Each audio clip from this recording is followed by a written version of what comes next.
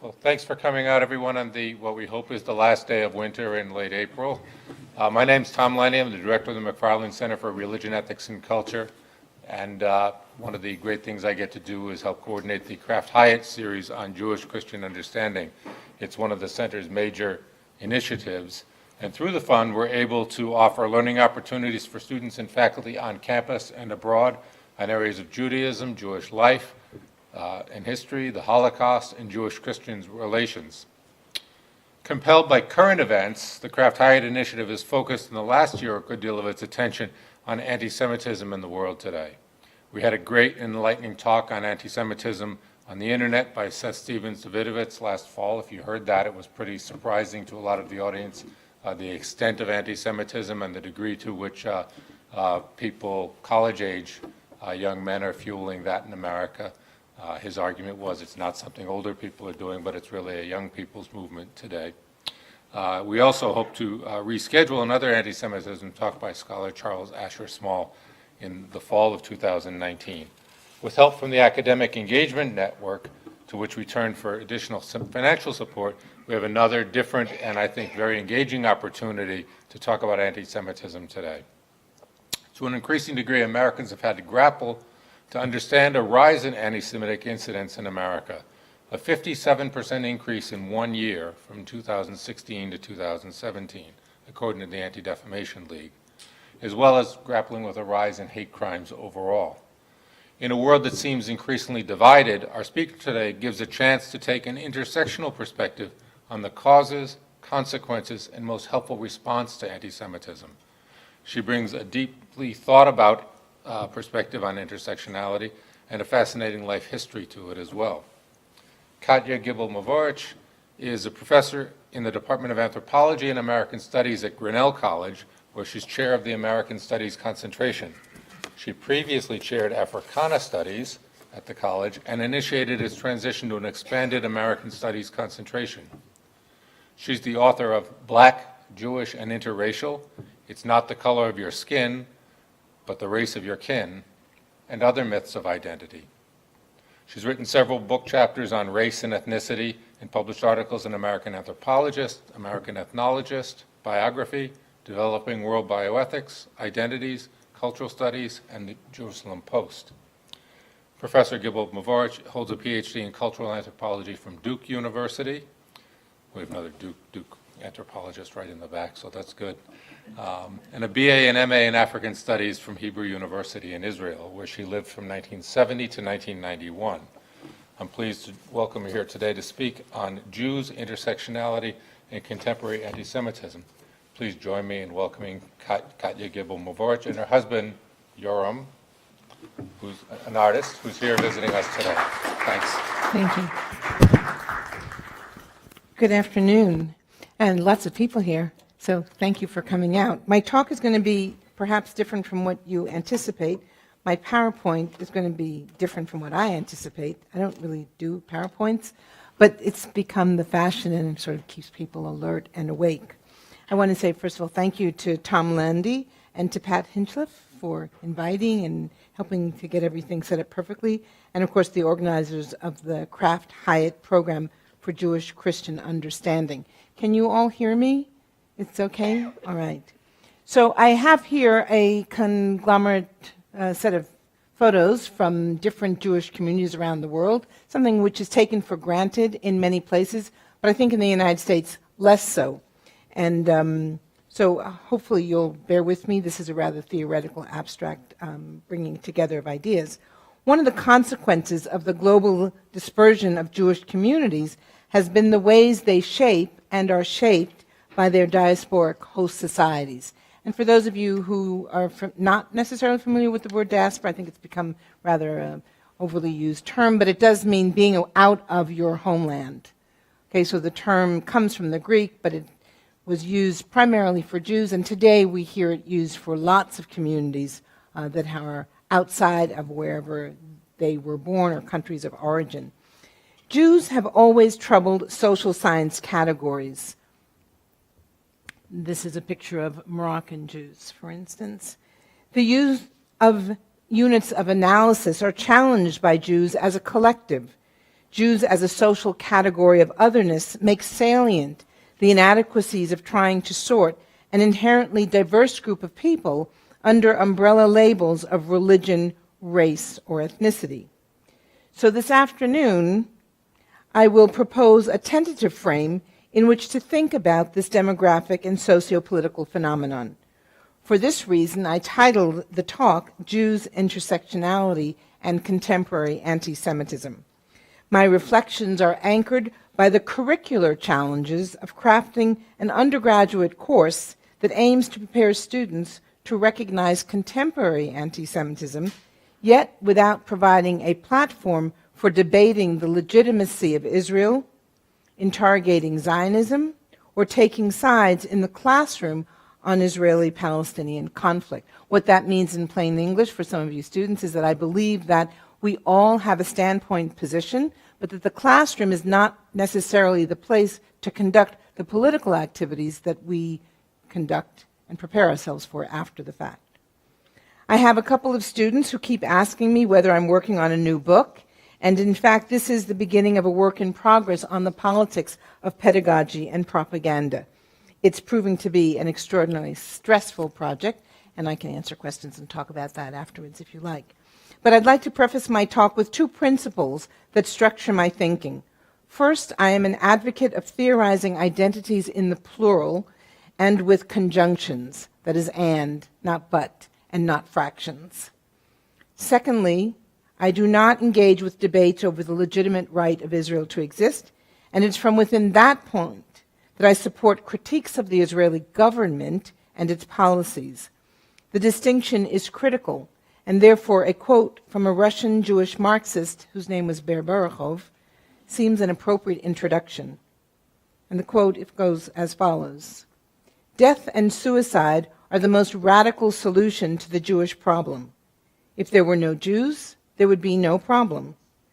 No honest statesman or idealist ever attempted to solve, for example, the Polish question by suggesting that the Polish people should cease to exist.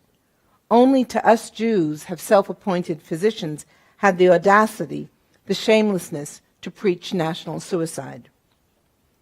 The most common knowledge of anti-Semitism is associated with stories about egregious physical violence, the pogroms, the Holocaust, Shoah, and Nazi sympathizers, skinheads, and of course the sinister symbol of the swastika. That's how we usually think about anti-Semitism in the United States. Centuries of theological anti-Semitism in Christian Europe fueled popular stereotypes and hatreds of Jews. Not only were they to be blamed for the death of Jesus, Jews as a collective arrogantly denied that he was the Son of God, and therefore even individual conversion was suspect. Demonization of Jews from church pulpits throughout the medieval period included the infamous blood libel, a myth that Jews used Christian children's blood for ritual purposes at Passover and Purim, a myth which in fact still circulates around the world today. Throughout Europe, anti-Jewish sentiments woven into liturgy and literature helped nurture animosity in the collective imagination, which periodically crescendoed into terrorizing attacks on Jewish communities. This is a history of persecution and massacres, exclusions and expulsions, and only a few oases of tolerance. The accusation of deicide would not be lifted until 1965, as I'm sure many of you are aware, when the Vatican released Nostra Aetate. I may not be pronouncing that well. Did I get it? Okay. Which withdrew charges, and I quote, withdrew the charges against all the Jews without distinction, then alive, nor against the Jews of today, and instead declared that Jews should not be presented as rejected or accursed by God, as if this followed from the Holy Scripture. In other words, it's okay, you Jews, you didn't kill Christ. We accept you after all in the humanity. It's also, I don't want to be sarcastic, certainly not at this institution, but it's also the moment when the Vatican, and that's thanks to John Paul II, opened up the doors to dialogue with other groups, with Hindu and with Muslims. So this is a very important moment. But of course, if you're Jewish, then it's, you've released us from sin, and, what should we say? Thank you. That was supposed to be funny. We were sniggering. In 19th century Europe, the science of race, or more appropriately, if not more accurately, scientific racism, gained traction at the same time that discriminatory anti-Jewish policies were being lifted. So the 1800s in Europe was a period during which legal privileges were extended to Jews, including citizenship, which facilitated assimilation, access to previously closed guilds and professions, and therefore opportunities for upward mobility. Prejudice against Jews did not disappear. In universities and activist circles, the Jewish question, and that's what it was called, so you have a lot of essays that are called the Jewish question, the Jewish question became both an intellectual and political thread in debates over the meaning of emancipation, nationalism, and religion. Who are the Jews and what are the Jews? A religion, a nation, a race? The new fields of ethnology and anthropology scrutinized human bodies and hypothesized about visible and invisible differences from which to infer information about character and mental disposition. Once religion was overshadowed by the authority of science, and once Jews were identified in terms of racial difference, new theories of purity and pollution modified representations of the Jews as Europe's eternal other, both hypervisible and invisible, assimilable and yet indigestible. Where theological anti-Semitism marked Jews as criminal, the biologization of Jewish difference repositioned them as contaminants. And so you have here the 1935 Nuremberg laws, which formalized the crossover from theological to racial anti-Semitism, which would culminate in state-sanctioned extermination policies with the complicity of European governments and significant numbers of the local population. And here, parenthetically, some of you may be aware of Poland's new law, which is rewriting history by prohibiting accusations against the Polish state or people of involvement or responsibility for the Nazi occupation during World War II. The science of race, with its assumptions of inherent immutable difference, would begin to be discredited as scientific racism within the social sciences by the end of World War II, although efforts to sort and classify human beings into different races continues, especially within the United States. And I should point out here that, I don't like to read from PowerPoint. I don't like when people read the PowerPoint that I can read perfectly well. But the meaning behind this PowerPoint is the following. In the United States, race has come back into the forefront of a lot of social science and medical sciences. So you sometimes hear about groups of people who are afflicted by this medical condition or another because they are black or because they are African or because they're Caucasian. The Caucasian word is a 19th century word, and it really refers today to the Chechens. So all these racial categories, we forget that race is a classification system. It is not stable. It has never been stable. The criteria for how many races there are is like thinking about bins and dividing people up into the bins. So it depends who the people are that are deciding what the criteria for this bin or for that bin. And so in that context, I instruct my students, and I think I've been fairly successful at getting a lot more people at Grinnell College to use the predicate race and action, and to therefore say a person is raced as. So you may be raced as white, you may be raced as black, you may be raced as Chinese, and then it's tricky because what is it to say raced as Chinese or raced as Asian American? What's important is the politics behind these divisions that enable racist acts and racist actions, racism to be perpetuated as a system. So I hope that very brief helps you understand. After World War II, the vocabulary will change, and the new term, it didn't exist before. You won't find it in the 1920s or in the 1910s or in the 1890s. A new term will emerge, and that's the word that you're used to, which is ethnicity. So ethnicity comes along to remove the taint of biology, but in fact, ethnicity is still used in a way that suggests biology. So you don't get to wake up in the morning and decide that you're Chinese, even if your fluency in Chinese is perfect. You can't wake up in the morning just because you were raised in Japan and decide that you are Japanese, because the Japanese are still thinking in terms of blood. So this biology inside of the terminology has remained, and it's just something to be aware of and to be alert to. In the United States, the terminology of race continues. In France, for instance, it's prohibited. So the only way to do something in French that speaks about race is to translate from American English into French. And I'm open to questions about that at the end. So in sum, what happens after World War II is that classical Jew hatred morphed from theological anti-Semitism to racist antipathy. 21st century political anti-Semitism is both much and more and less nuanced. The new anti-Semitism registers exaggerated antagonism toward Jews, but is defined primarily in relation to Israel and channeled through analogies of Israel and apartheid, and claims that Israel is a settler colony and Zionism is racism. This very brief schematic overview of Jews in their European context differs significantly from a far more tolerant history of Jews in the Middle East and North Africa, at least until the clash of Jewish and Palestinian nationalism in the 1920s, 30s, 40s, and since. But here, permit me to shift gears and call attention to how Jews are imagined in the U.S., because it's the framework within which most of you are most familiar. In 1971, journalist Jim Sleeper made an astute, if rhetorical, observation, and I quote, "Jewishness becomes intriguing when you try to make sense out of the fact, as a Jew on the current scene, you are a slumlord to blacks, a civil rights worker to Southern whites, a white-heeled business school opportunist to hippies, a student radical to WASP conservatives, an Old Testament witness to Vermont Yankees, an atheist to Midwestern crusaders, a capitalist to leftists, and a communist to rednecks." From another angle, perhaps more readily familiar in 2018, consider a simple principle.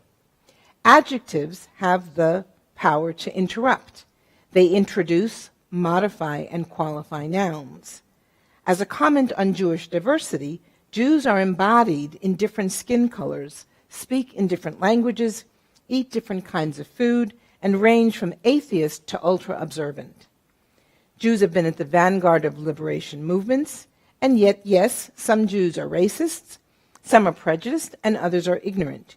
Jews fall in different places along the political spectrum. Because the very notion of being white is a political issue, especially in the United States, being identified as white has troubled Jews with a keen sense of history. In this context, white is white-bodied, what you look like when you walk around the streets. For the title of my book, It's Not the Color of Your Skin, but the Race of Your Kin, refers to the fact that people of African descent in the United States were always defined by law, not by color, but by ancestry. And that took place in colonial Virginia and colonial Maryland at the very beginning. As a parenthesis, if you don't know what I'm talking about, if you own something and somebody takes it, you call it theft, right? So if you own human beings, if you own slaves, and they have children, who do the children belong to? So to keep slavery in place, laws were passed that ensured that the children of mothers who were enslaved, they would be slaves as well. And so in the U.S., slavery was through descent on the mother's side. And after a while, some of the people of African ancestry don't look black. They don't look brown. They, in fact, look white. And for those of you who are familiar with the NAACP, the National Association of Colored People, one of the first presidents was a man named Walter White. He was a Negro, that's how it was called at the time, but he also was blonde with blue eyes. And he was down in Mississippi doing journalist work on racism and on lynching. Word got out that there was a white N-word to be in search, and he had to leave for his life. But we have forgotten that in the 2018, that being a black person, which is the language of the 60s, or being an African American, you can be ivory or you can be ebony in color, but you are aware of the fact of who you are. So color is not is something to keep in mind. On the other hand, white privilege has been given an articulation, especially by Peggy McIntosh, which is why I have this quote here, her essay became very important to talking about privilege in a way that wasn't just individualistic. In other words, guilt and angst are not part of the conversation. Simply, how do we move about in the world? What do we think about? Some people don't have to think about moving about in the world, and others do. So in this context, whiteness studies was opened up, an area field of whiteness studies. I suggest that the anxiety about the relationship between Jewishness and American whiteness propels the disproportionate amount of writing about relationships between Jews and blacks. This presumption of Jews and blacks in a relationship has always been a bit presumptuous, and yet it cannot be overemphasized that the conditions of possibility which enable the idea that Jews and blacks have a great affiliation is embedded in their different histories of American and European racism. Eric Sundquist, a scholar of literature and American culture, offered one of the most significant examinations of interactions between America's Jews and American blacks in his 2005 book titled Strangers in the Promised Land. Sundquist successfully interrupted a tradition of metaphors invoking marriage and divorce and their sentimental emotions. Instead, he identified a far less romantic interaction calculated around a set of negotiations motivated by reciprocity of opportunity and opportunism. Pointing out that Jews and blacks do share, at least for a very long time, the triple collective memory of slavery, exile, and diaspora, Sundquist carefully put the spotlight on the gateway through which Jews in America were delivered into the proverbial promised land, the U.S., while racist legislation and political policies directed blacks to the back stairs. These different relationships to white Christian America were noted by James Baldwin in a very important 1967 essay titled Negroes Are Anti-Semitic Because They're Anti-White. I cannot overstate to those of you who were not even angels, you were just angels in heaven when he was writing. Your parents maybe didn't even marry at that point. They hadn't even met, perhaps. I can't overemphasize how significant this particular essay was on dialogue, especially in the East Coast, between Jews and blacks. It's a moment that really there is a rupture and gives way to discussions about alliance and alienation and, what have Jews done for blacks and what have blacks represented for Jews. Baldwin's title neatly encapsulates an issue which remains provocative and reminds us that long before Karen Brodkin and Matthew Fry Jacobson, two books which are extremely important to read. I would say that for those of you not just interested in Jews, but interested in the place of Irish in America, of Italians in America, there is no way to really fully understand it without this incredibly engaging book by Matthew Fry Jacobson, and the cover are Italian immigrants. These two books popularized scholarship on how the Jews became white, but Baldwin had already spotlighted the irony that Jews who escaped murderous racism in Europe were accepted becoming white in America. He wrote, and I quote, "The most ironical thing about Negro anti-Semitism is that the Negro is really condemning the Jew for having become an American white man, for having become, in effect, a Christian. The Jew does not realize that the credential he offers, the fact that he has been despised and slaughtered, does not increase the Negro's understanding, it increases the Negro's rage." It is exhausting, not exciting, that 40 years after Baldwin's essay, the question of whether Jews are white is still pending. And here I refer back then to Peggy McIntosh. She helped a generation of students articulate the flaws of colorblindness and the benefits of being identified as white. Her 1989 landmark essay that I've just shown you, White Privilege Unpacking the Invisible Knapsack, defined and helped clarify whiteness as unearned advantage. Here, whiteness is linked to privilege, power, and access to opportunities. But color per se is invoked and read far more opportunistically today than when Baldwin was writing in 1967. And one example of this debate was over whether Gal Gadot is white, and that unfolded in debates over the choice of her as an actor in which movie? Wonder Woman. Yes. So you're still with me. I see you're still awake.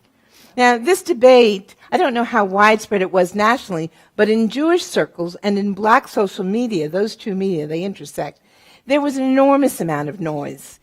Is she white? Is she not white? She's an Israeli. So here's one quote of somebody who supported boycotting the film. And I quote, "An added wrinkle is presented by Godot's ethnicity." Now listen to the vocabulary. By Godot's ethnicity.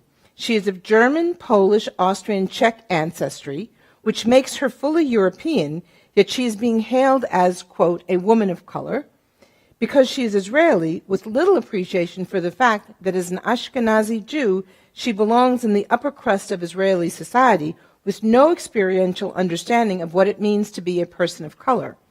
Yes, there are Jews of color, but Godot is the descendant of white settlers in the Middle East.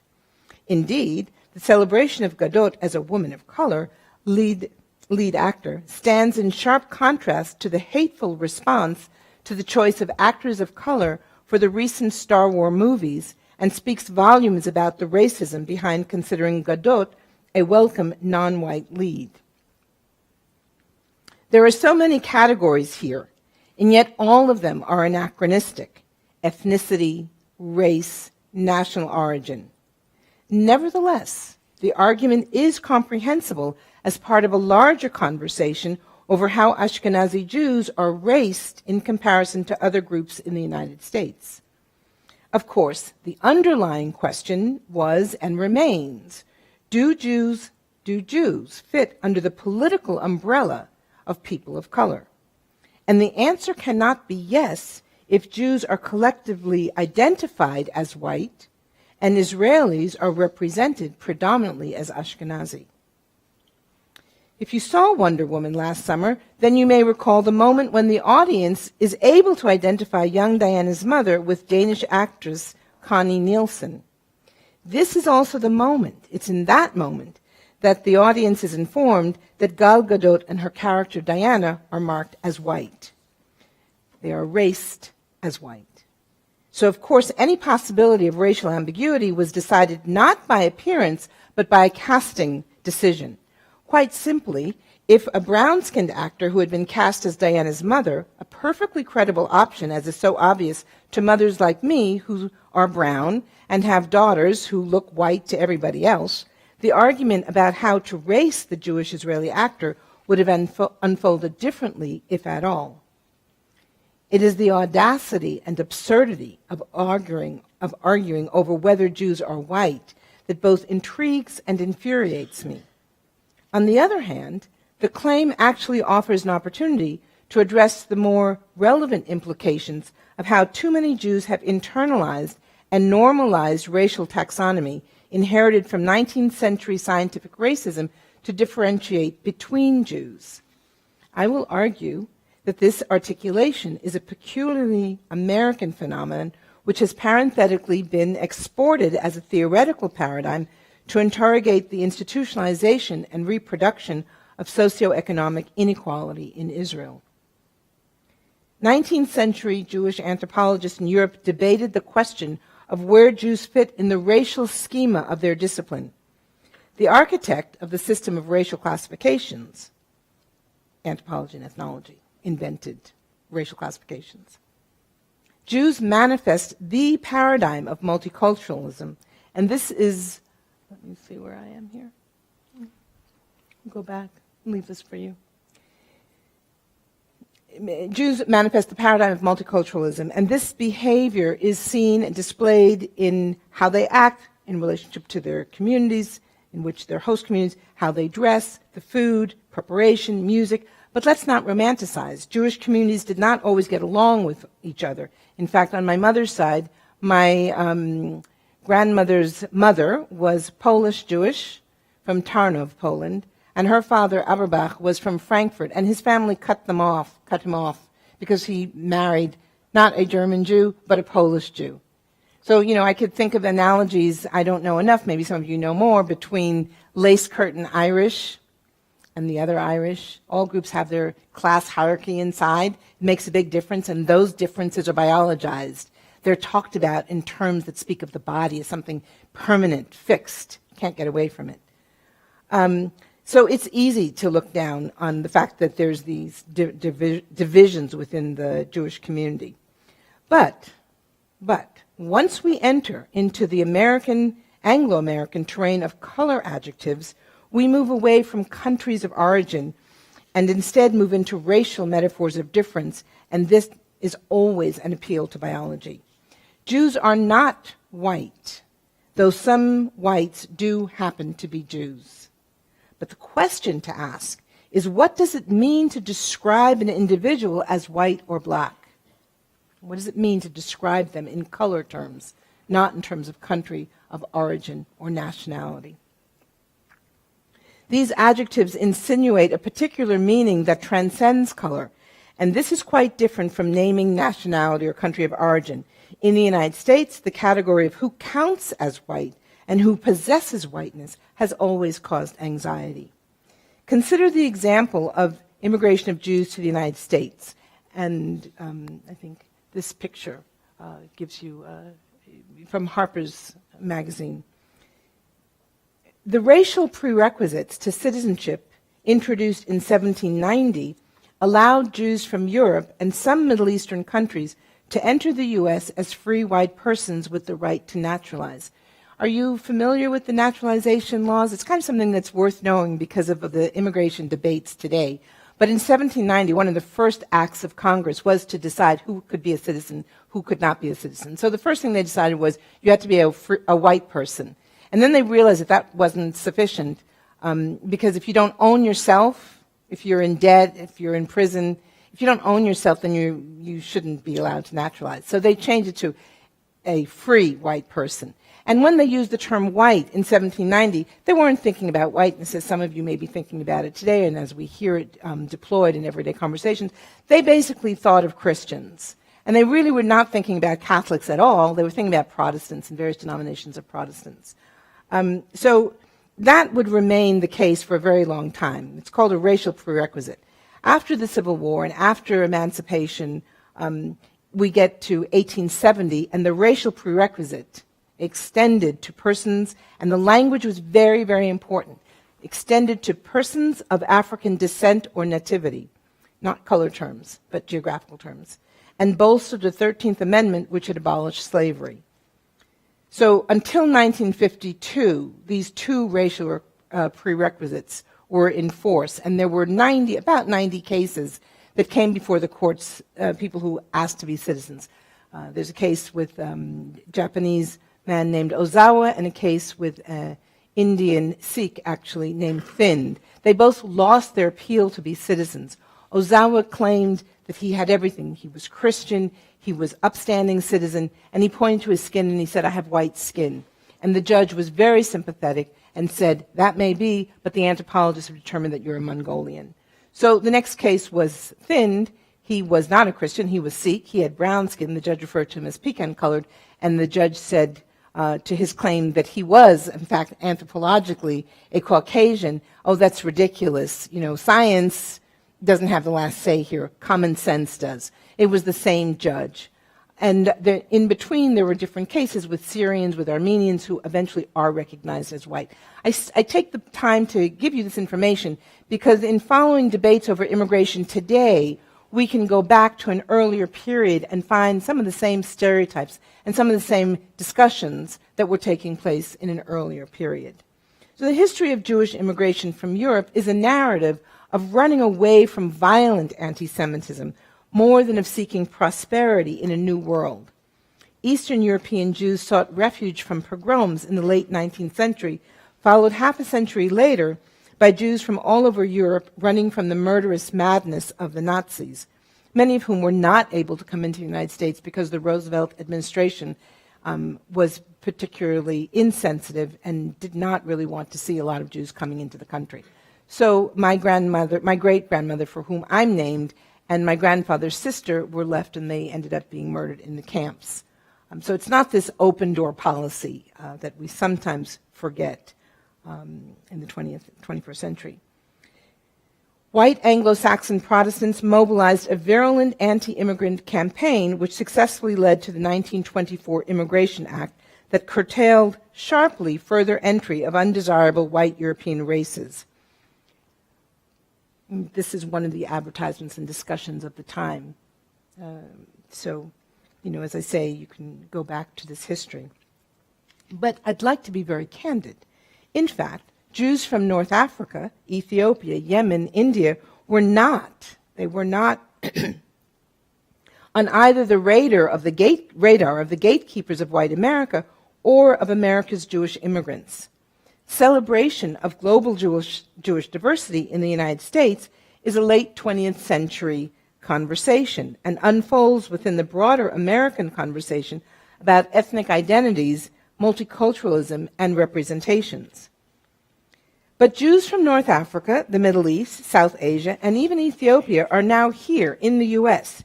They simply are not always visible in the visual narrative representations about Jews unless as an exception, an anomaly. In the visual landscape of representations, Arab Jews have been absent. Yet Jews were well established in pre-Islamic Arab countries and continue to live within the Arab Muslim world as a protected minority.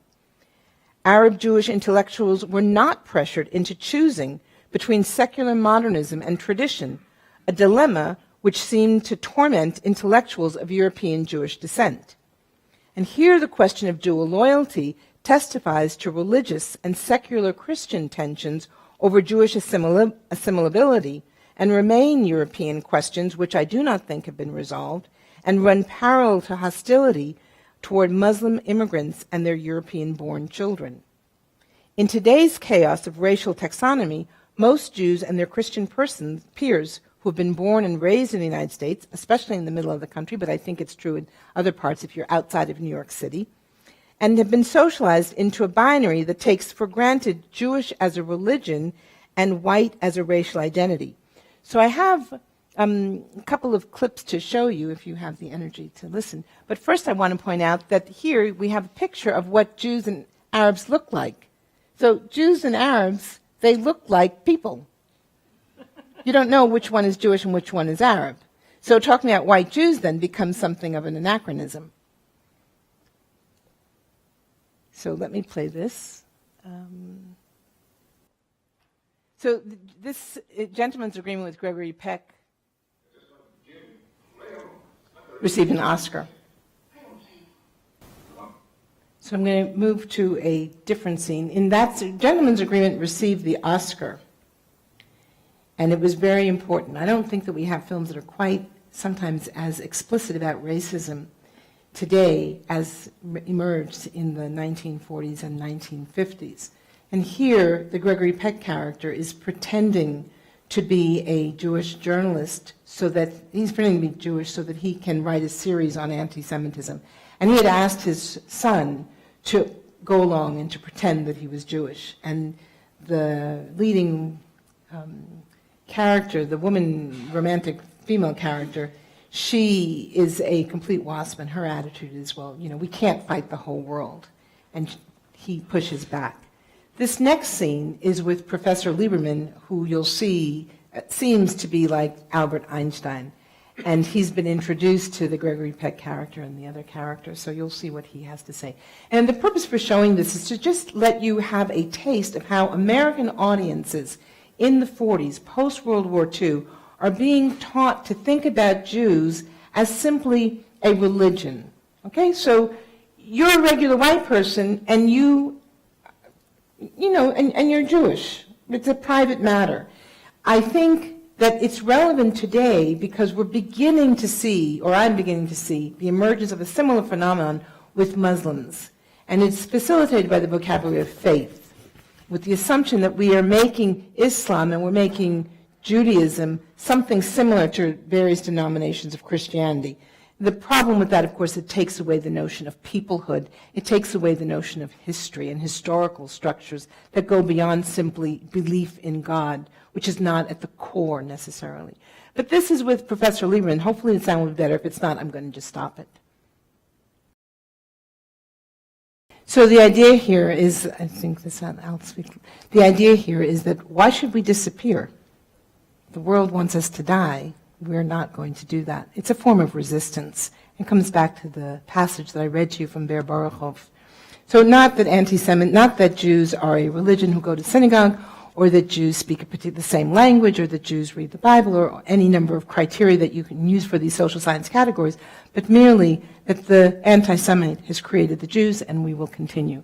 Now, this question of whether or not anti-Semitism creates the Jews is also problematic and refers back, I won't take too much time to tell you too much, but just for those of you who are interested, you can go back to Jean-Paul Sartre's philosophical tract, Jews and Anti-Semitism, the question of anti-Semitism, and reactions to that were that his argument was that the anti-Semites made, am I still audible?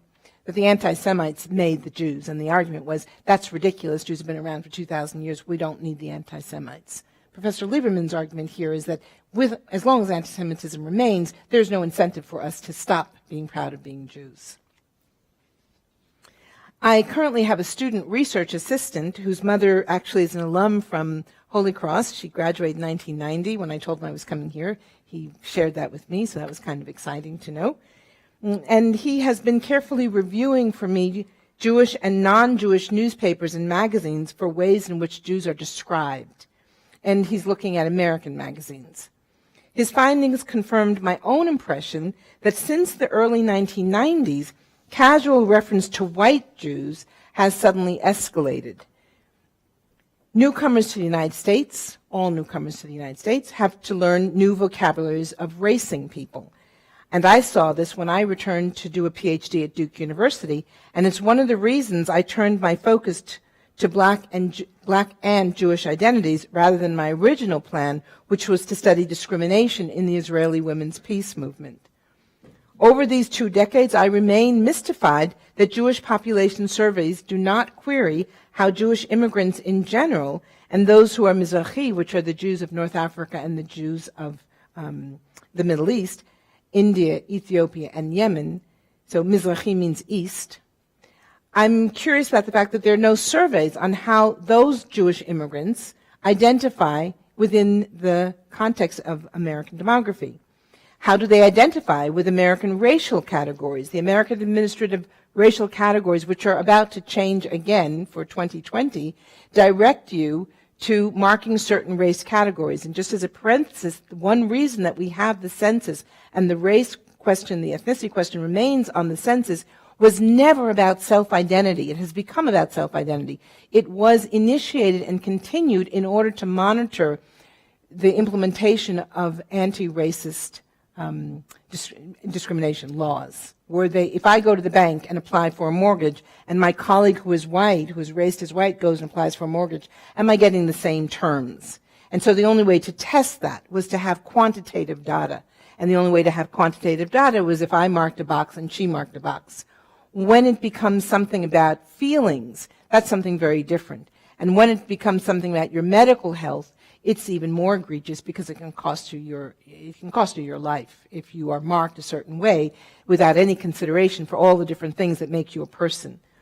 The Jewish surveys are not asking questions of origin or how many generations people are in the United States, and they're not looking at the relationship between how many generations somebody's in the country and where they are placed in the country.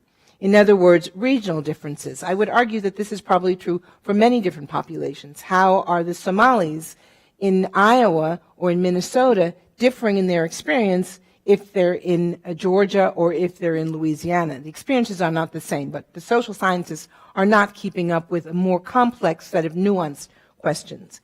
But I think these questions are very important because they get to us, they allow us to think about how diversity is reflected in the American Jewish imagination, that is where American is the adjective, and in the Jewish American mirror, that is where Jewish is the adjective. Anti-Semitism as a policing presence does not require blood, fists, or verbal harassment. Over the last few years, I've paid closer attention to the reluctance of students to identify with Jewishness as an intellectual stance. This alerted me to the paradox that the absence of overt anti-Semitism does not mean that anti-Semitism is absent. These hesitations, strategic omissions, and prudence cannot be interpreted as neutral precisely because they require thought and self-censorship. I hypothesize that silence is one benign consequence of secular American Jewish assimilation into the Anglo-American melting pot. But these hesitations to address Jewish identities register a withdrawal into a closet where Jewish and Jewish histories disappear from multiculturalism as a practice and a theory. The irony is that the unique insider-outsider diasporic experience of Jews that exemplifies the paradigm of multiculturalism simply disappears. Stated in a different way, the privatization of Jewish identities has produced an inability to name curricular omissions, and therefore the Jewish absence from multicultural discussions, curricular discussions, necessarily raises the intersection of Jewish histories with Black, Latino, Asian, and indigenous histories in the United States, and discourages attention to the global context of local histories across time and space. So we have a film like The Merchant of Venice. My students, because I'm not there to teach today, they have an assignment. They have to watch this film, which is not the most exciting film in the world, I have to admit. But Al Pacino took the role very, very seriously. And The Merchant of Venice is a problematic film because it is about Shylock. It's about stereotypes that are deeply ingrained in the European cultural context of Jews as people involved with money. So it was a big deal when the film came back. And I'm asking them to look at the film and to position themselves in relation to two articles written in the 1950s and whether or not this film can be shown. Now, I will point out to you that the word ghetto, which has been deployed so often and which is used mainly for urban Black neighborhoods, begins in Venice. And Venice is not necessarily a European country, a European state, a European city, a European space, certainly not in Shakespeare's time. So if we think more holistically about the curriculum and how we're studying and how we bring history and literature and music and clothing and how people are portrayed in portraits, we get a much deeper sense of the fact that multiculturalism is not something new. Multiculturalism and globalization have always existed. People have always been in movement. In the early 1980s, Jewish Israeli intellectuals of Middle East, North African, and Yemenite origin revisited and criticized modern Jewish historiography for not including Jews from Arabic-speaking countries except as ethnographic appendages. Their work gradually gained legitimacy for the term that I gave you before, Mizrahim, and lifted the stigma on the efficacy of naming Jews from Arab countries Arab Jews. Actually talking about Arab Jews and not just simply assuming that Jewish was a reference to European Jews. Nevertheless, in most of the United States, long-lasting popular images of Jews and Jewish cultural characteristics continue to draw on Ashkenazi Jewish experiences, which makes sense given the fact that most of the immigrants who were Jewish to the United States were from Eastern Europe. But there's, as a consequence, no knowledge of the fact that the Nazis appeared in North Africa. And had they been successful, the labor camps which were established in Tunisia and the removal of French citizenship from Algerian Jews and the protected status of Jews under the King of Morocco, those are populations that would have disappeared along with European Jews. So we should be thinking about Nazi ideology and the Nazi regime as something which was intended to be global. It was not intended to simply be within and contained within European boundaries. The almost exclusive focus on European Jews also means that Americans have very little contact in terms of popular images with Mizrahi Jews, and the only references that create the Jewish stereotypes are those that we have from Barbra Streisand to Bernie Sanders, Woody Allen, and Seinfeld. And yes, there are a few interruptions, like Ghanaian-born Ato Esandoa, who plays the role of a cardiothoracic surgeon named Isidore Latham in a television drama called Chicago Med. Anybody watch Chicago Med? You ever have time for TV? Well, if you do, then you'll discover that there's this black man who plays a Black Orthodox Jew, and it's not made a big deal. It's just simply taken for granted and written to the script. We have Shonda Rhimes to thank for that. And I'm a big Shonda Rhimes fan, and I think tonight is the last night of Scandal. And so if that's scandalous to you, I can't help it, but you should just be aware that, follow Shonda Rhimes. Then again, we have to remember that Jesus who is important to many of you, Jesus was Jewish, and Jesus was not European. He was Mizrahi. He was a Middle Easterner. He was indigenous to the population.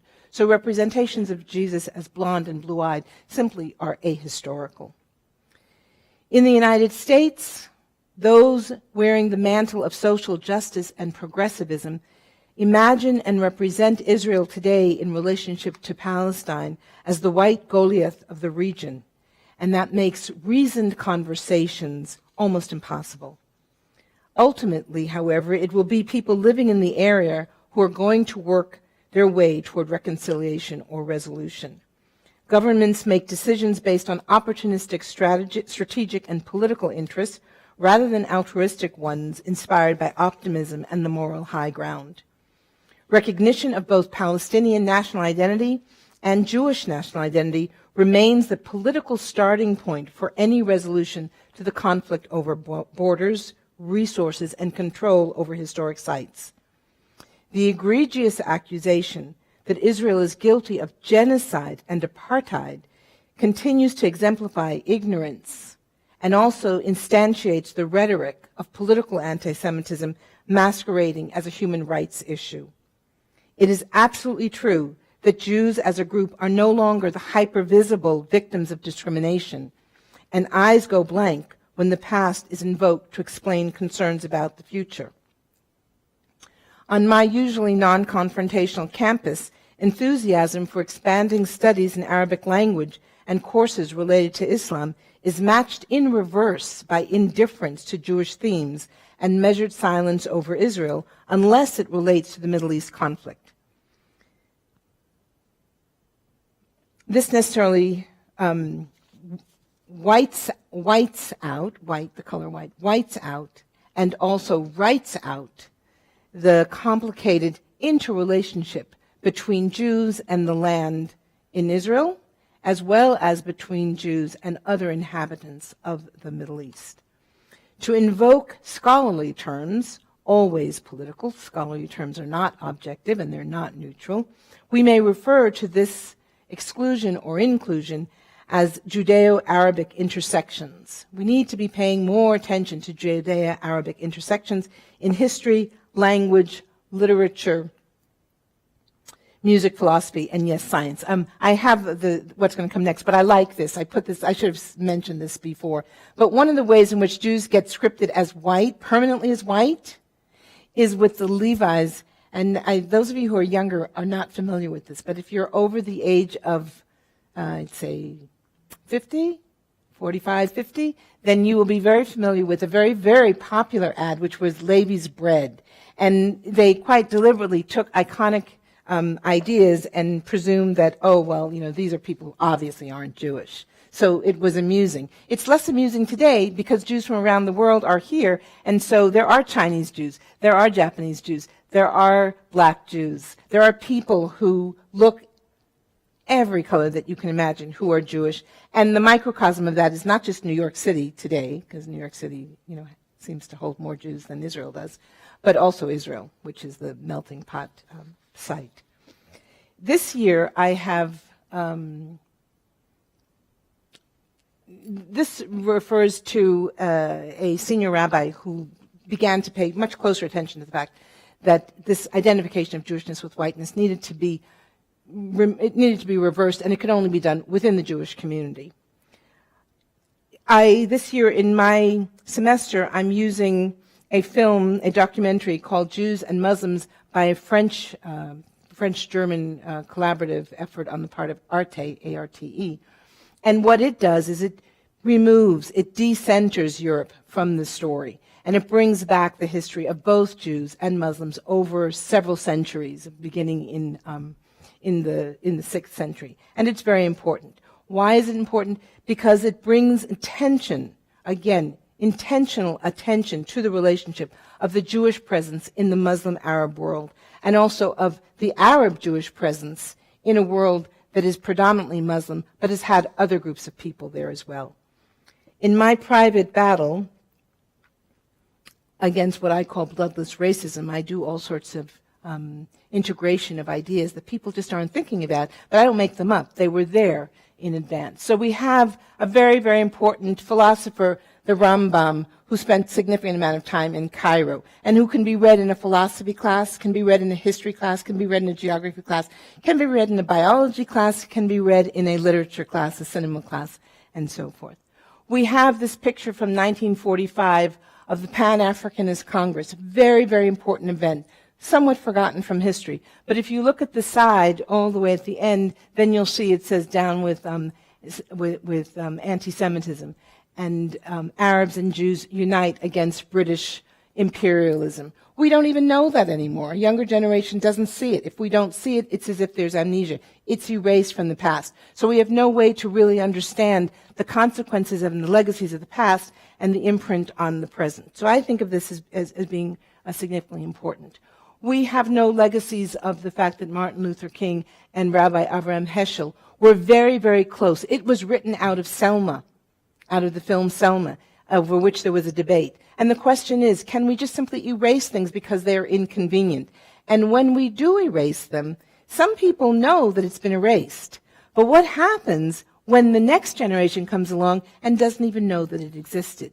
Things which were taken for granted and known about and argued over and were very significant. What happens? So one of the things I leave my students with is always the question to ask over and over. You must ask the question, how do I know what I know? Who is telling the narrative? To which audience? For what purpose? And finally, how important it is to think about vocabulary, images, and the associations which condition the way in which political events are framed. We don't live in a clean world. We live in a very messy world, and the immediate future is not looking very good. In fact, it's looking rather depressing.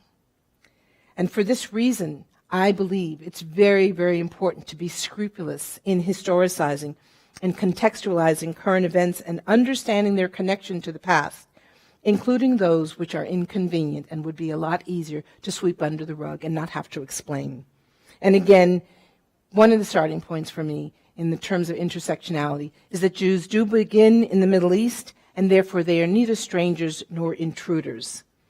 I am very much aware of the fact that I have a mission, if I want to call it that my mother instilled in me when I was a little girl. It works for me as being a black person, it works for me as being a Jewish person, it works for me as being an Israeli, and it works for me as being an American. And that is the statement from the Talmud: it is not incumbent upon thee to complete the task, but thou must not therefore desist from it. Now, if you have 9 more minutes of patience, I have a short Israeli film to show that will sum up everything which I've said in a very, very different way. And Jamie said that she would be gracious enough to play it. There are no words, but here you can think about the images that are on screen that are played with. And as I say, it's an Israeli film, and the actors are both, well, I won't tell you. I'll leave that for question and answer.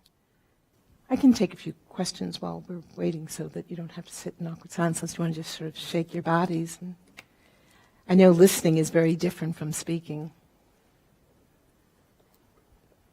Yes? I think that the resurgence, I think it's twofold. I think on the one hand we can see a populist, right-wing, white supremacist underground that is now accessible and has been encouraged by the current administration to be vocal. And social media has also brought people together in a way that didn't exist before. So it's not that these are new people, it's just that they were isolated and now we're hearing from them. That comes out of, is it Christian anti-Semitism, of the old theological anti-Semitism? No, I think it's something that's much deeper and really a racism that can't just simply be explained away as reasonable or as consequences of poverty. There's a very different anti-Semitism which we need to be thinking about how does that work, which is coming out in Europe in particular, and that is an expression of some younger youth from Muslim countries who have an antipathy to Israel. And that would be a different phenomenon than European anti-Semitism or white anti-Semitism. I think that one of the primary concerns today are over the politics of the Israeli government. And the BDS movement, the boycott, divestment, sanctions movement, my opposition to it and my thinking of it and defining it in terms of the new political anti-Semitism is that, number one, it's very hateful without any solutions being presented. Number two, it takes all kinds of comparative examples and dehistoricizes them. So South Africa, apartheid, I'll come back to your question. I guess I'll continue. Apartheid was about separation and using these separate Bantustanim as labor reserves with absolutely no intent of having an inclusive South Africa. The African National Congress' entire purpose was not towards violence. It was, in fact, towards giving full rights to all citizens in a South Africa that was united. The Palestinian-Israeli conflict has always been about separation into two different states and legitimacy. So that's a fundamental difference. When we see pictures of Hamas, as we have in the last week, standing in front of Gandhi and Martin Luther King, you would have to not know history to be persuaded by that. And unfortunately, there are a lot of people who don't know the history, neither of Gandhi and his position vis-a-vis the British and British colonialism, and Martin Luther King, of course, in the South, which was extremely important. The civil rights could not have been won in the South by the urban politics either of Malcolm X or of Marcus Garvey. Very, very different.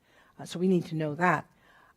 So I think that anti-Semitism plays a role there, political anti-Semitism, because it's playing on the idea that the Jews are a colonial society, that they all came from Europe and settled in the land and intentionally intended to take it over. And that's where it gets tricky. And so I argue that we do need to have historical context. If not, we only have propaganda. So that's a short answer to a very complicated situation. But I'm interested, I'm intrigued by the fact that this is going to work. Oh, good. So then it's one last sentence.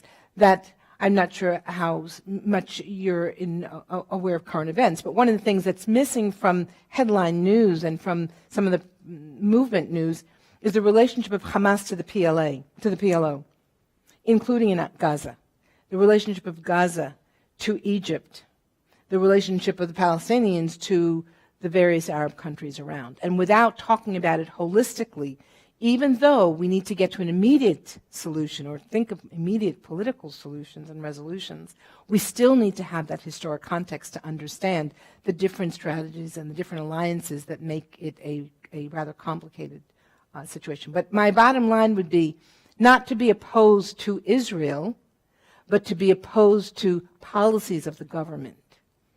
So I leave you with that.